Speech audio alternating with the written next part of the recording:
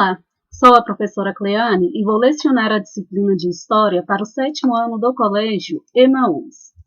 Pessoal, nesta aula nós vamos iniciar um novo capítulo. Vamos estudar as fronteiras na América Portuguesa, a expansão dessas fronteiras, né? A expansão dos limites na América Portuguesa também. No capítulo anterior nós estudamos como que foi a administração na América Portuguesa. Vimos também sobre a união da coroa ibérica, né, Portugal e Espanha, e vamos entender neste capítulo como que aconteceu este povoamento do interior do território brasileiro. Nessa imagem aqui, está representando para a gente, pessoal, um conflito, provavelmente portugueses, né, europeus, entre os botocudos, que eram os indígenas, né? Nós vamos ver nesse capítulo que o avanço territorial, né, o avanço pelo interior do Brasil, ele foi marcado pelo aprisionamento de muitos indígenas. Vamos ver quais fatores também influenciaram para essa escravização da mão de obra indígena. Até o final do século XVI, a ocupação portuguesa ela estava limitada à área litorânea. Né? Essa ocupação estava limitada por conta do desenvolvimento da atividade econômica que era a extração do pau-brasil e também a introdução da cana-de-açúcar. O sertão, como era chamada a área entre a costa e o meridiano de Tordesilhas, permanecia praticamente desconhecido dos europeus. Vamos lembrar que o Tratado de Tordesilhas, gente, era o limite que marcava as possessões portuguesas e as possessões espanholas. Nós vimos que de 1580 a 1640, Portugal e Espanha estiveram sob o mesmo governo, né? O governo de Filipe II. Vamos ver também neste capítulo que expedições militares, pessoal, em especial no norte e nordeste da colônia, vão adentrar o território a fim de garantir a proteção deste território, a fim de garantir essa proteção contra invasões inglesas, invasões holandesas e invasões francesas também. A expansão das fronteiras, a conquista do sertão. A conquista do sertão, pessoal, principalmente o sertão na região nordeste, né, vai acontecer basicamente de duas maneiras. A criação de gado e também, gente, essa invasão militar, né, para a proteção deste território. Nós vamos ver ao longo do capítulo que serão instalados fortes, né, que eram fortificações, locais de proteção contra essas invasões, e vamos ver também a instalação das missões jesuíticas no objetivo de catequizar os indígenas. Então, além da produção açucareira, uma outra importante atividade econômica desenvolvida ao longo do século XVII foi a criação do gado bovino. O gado bovino ele era importante para o fornecimento de carne, couro e animais de tração para os engenhos.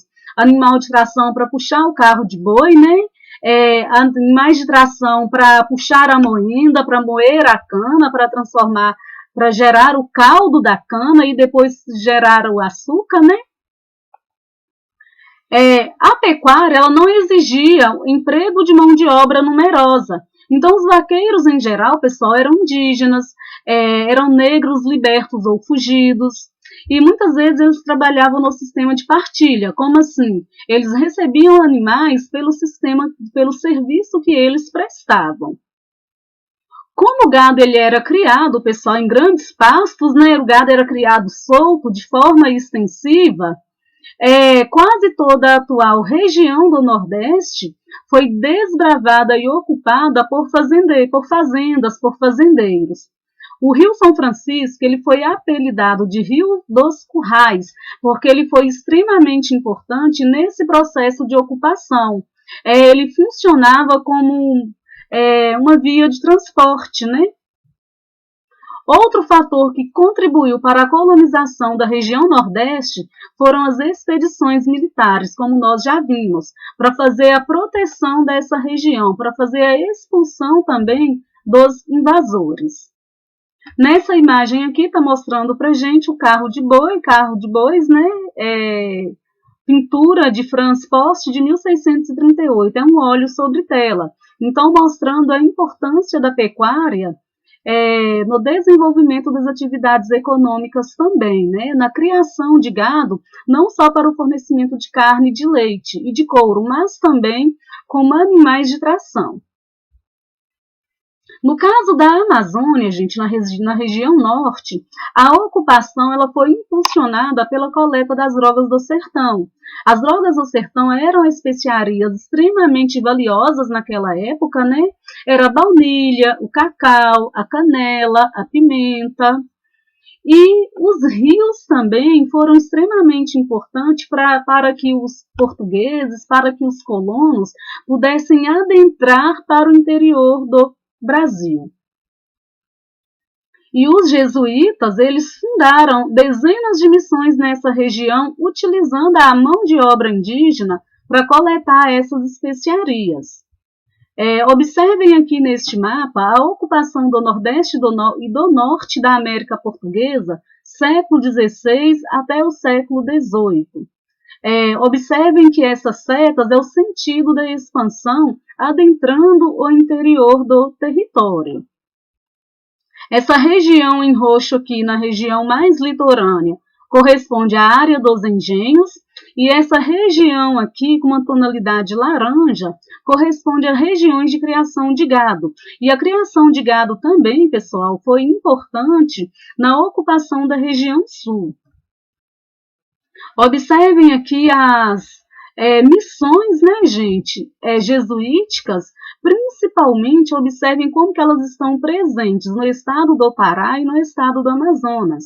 Observem que as missões e os fortes, né, os fortes principalmente, eles estão localizados mais próximos às regiões litorâneas, né, e ao longo dos rios, para fazer a proteção do território. As expedições bandeirantes também foram outras expedições, outras formas de ocupação do Brasil. Essas expedições chamadas de bandeiras eram realizadas por particulares, né, por pessoas, grupo de pessoas que tinham a intenção de encontrar riquezas, ouro, diamante, de fazer o aprisionamento de indígenas e também, gente, fazer a defesa de propriedades. As bandeiras, elas aconteceram de três maneiras, foram as bandeiras de contrato, as bandeiras de aprisionamento e as bandeiras de caça de ouro e diamantes. O nome bandeirante provavelmente, né, é associado às bandeiras que essas pessoas utilizavam quando saíam nessas expedições. Uma outra forma também de interiorização do território brasileiro foram expedições denominadas entradas. Essas expedições, denominadas entradas, elas eram organizadas pelo governo. Geralmente, essas entradas não ultrapassavam os limites do Tratado de Tordesilhas, diferente das expedições bandeirantes, né, que já ultrapassavam esses limites do Tratado de Tordesilhas. Isso a gente precisa entender bem para conseguir associar a expansão do território e entender também a configuração atual do território brasileiro. Bandeiras de caça ao indígena. Essas bandeiras de caça ao indígena aconteceram em um contexto, sétimo ano, em que os holandeses eles ocuparam a região de Angola e ocuparam o Pernambuco, Angola na África, tá? E o Pernambuco aqui no Nordeste brasileiro. Vamos lembrar que durante o período da União Ibérica, o território que hoje pertence ao Brasil sofreu diversas invasões, inclusive dos holandeses. Vamos lembrar que os holandeses, né, neste período, eles estavam se tornando uma grande potência comercial marítima, né? Eles dominavam o comércio marítimo através da Companhia das Índias Ocidentais e da Companhia das Índias Orientais. Com isso, os holandeses dificultaram a entrada de escravos aqui na colônia portuguesa. Então, essas bandeiras de caça aos indígenas eram organizadas com o objetivo de capturar indígenas para servir como mão de obra, uma vez que estava faltando a mão de obra. E esses indígenas seriam usados, pessoal, para trabalhar nas propriedades açucareiras. A vila de São Paulo de Piratininga, que originou a atual cidade de São Paulo, era o principal ponto de onde partiam os bandeirantes em busca de indígenas. E, inclusive, esses bandeirantes, eles acabavam entrando em atrito com os jesuítas, né? Muitas bandeiras chegaram a atacar as missões dos estados de Mato Grosso ao Rio Grande do Sul, capturando, gente, mais de 100 mil indígenas. Estes aldeados, como eles, os indígenas, né, que já estavam catequizados, como eles aprendiam a trabalhar, a cultivar o solo, eles eram extremamente valiosos. Neste mapa aqui, está mostrando para a gente o bandeirismo e o ataque às missões jesuíticas no século XVII. Observem aqui de onde partiam as principais bandeiras. Observem também as missões jesuíticas que foram invadidas e que foram atacadas.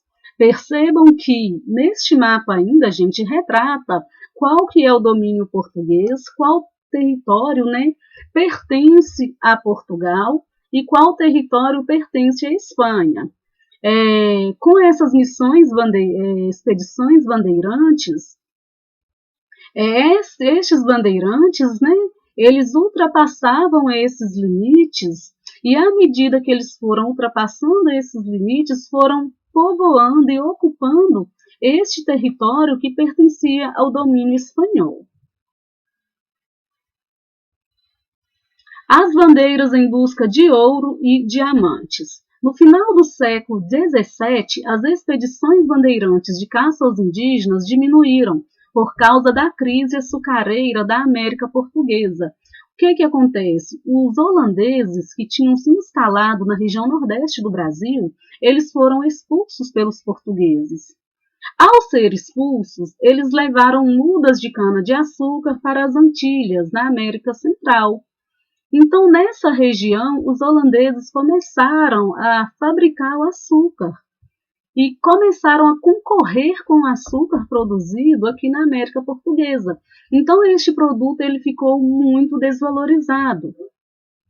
E neste meio tempo também, o fluxo do tráfico negreiro proveniente da África também normalizou-se, né?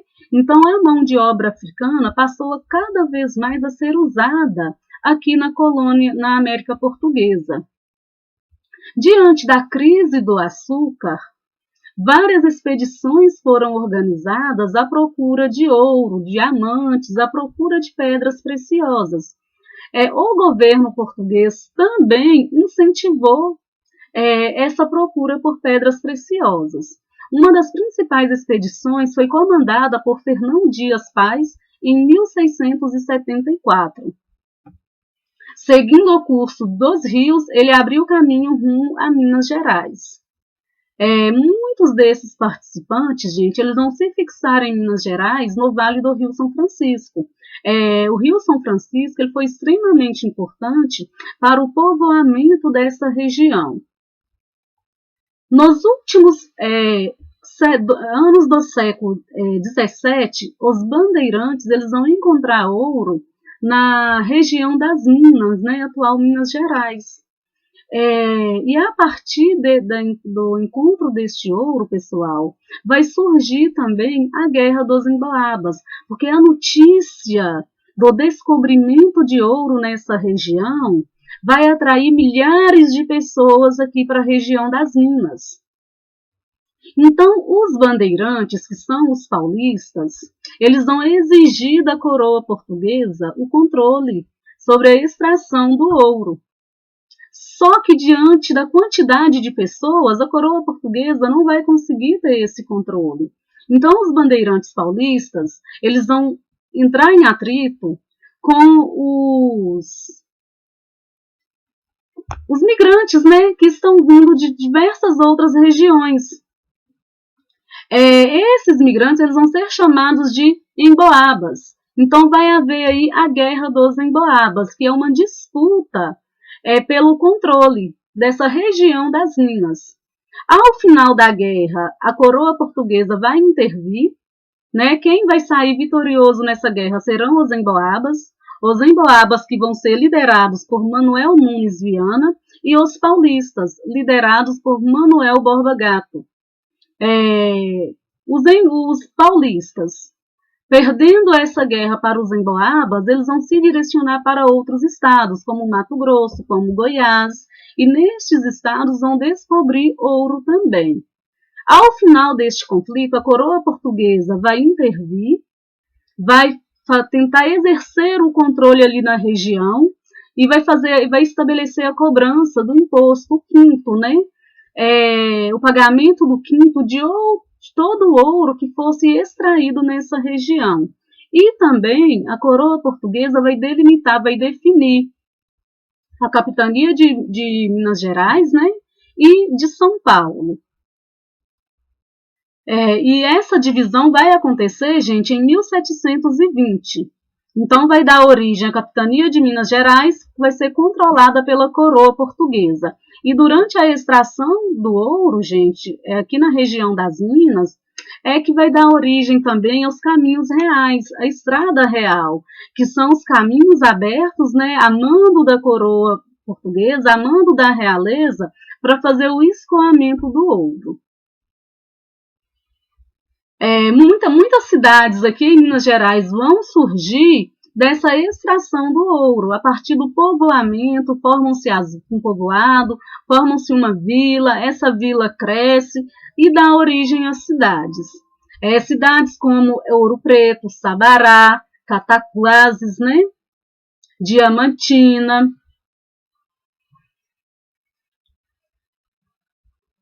As expedições que foram para o Brasil Central encontraram ouro nas áreas correspondentes aos atuais estados de Mato Grosso e Goiás, como nós já vimos, né?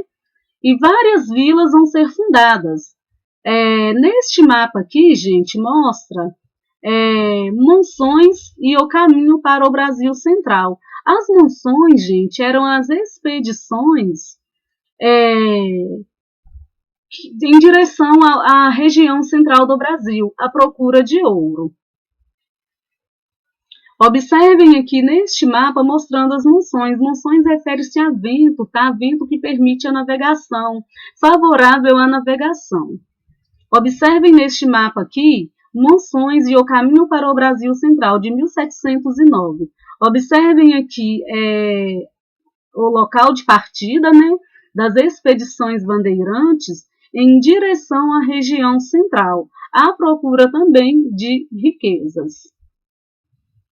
Bandeiras de contrato. As bandeiras de contrato, sétimo ano, eram expedições bandeirantes, né? Eram bandeirantes, pessoas que eram contratadas por fazendeiros ou até mesmo pelo governo geral para fazer a proteção das fazendas que eram atacadas por indígenas e também para fazer a captura de escravos fugitivos. Uma das mais famosas bandeiras de contrato foi a de Domingos Jorge Velho, que combateu a rebelião dos indígenas Cariri e Janduí em 1692. Domingos Jorge Velho também, gente, ele foi um dos principais responsáveis pela destruição do Quilombo dos Palmares, em Alagoas. A destruição do Quilombo dos Palmares aconteceu em 1695 e Zumbi dos Palmares ele foi morto no dia 20 de novembro de 1695. O Quilombo dos Palmares foi extremamente importante para abrigar escravos fugitivos. Esse quilombo, pessoal, chegou a abrigar mais de 20 mil pessoas, né? E a destruição deste quilombo foi a mando da coroa portuguesa. Para evitar o estímulo a rebeliões de escravos, né? Atualmente, Zumbi dos Palmares é um importante símbolo, né, de resistência dos afrodescendentes, principalmente aqui no Brasil, que possui a segunda maior comunidade negra fora da África, tá? A maior comunidade negra fora da África. A gente tem que fazer um adendo aqui, sétimo ano, em relação aos bandeirantes. Alguns historiadores, do século XIX principalmente, consideravam os bandeirantes como heróis. Só que, na realidade, eles não eram figuras heróicas, né? Eles foram importantes para o povoamento do interior do Brasil, porém eles agiam com muita violência, né? Eles capturavam indígenas, escravizavam indígenas, exploravam esses indígenas e foram responsáveis por dizimar diversos indígenas, porque quando eles chegavam nas tribos, iam tentar fazer a captura, aqueles indígenas que resistiam eram mortos. Então, esses bandeirantes, no século XX, já foram sendo vistos por outros historiadores como pessoas que agiam com violência, retirando, né, essa ideia de que eles foram heróis brasileiros.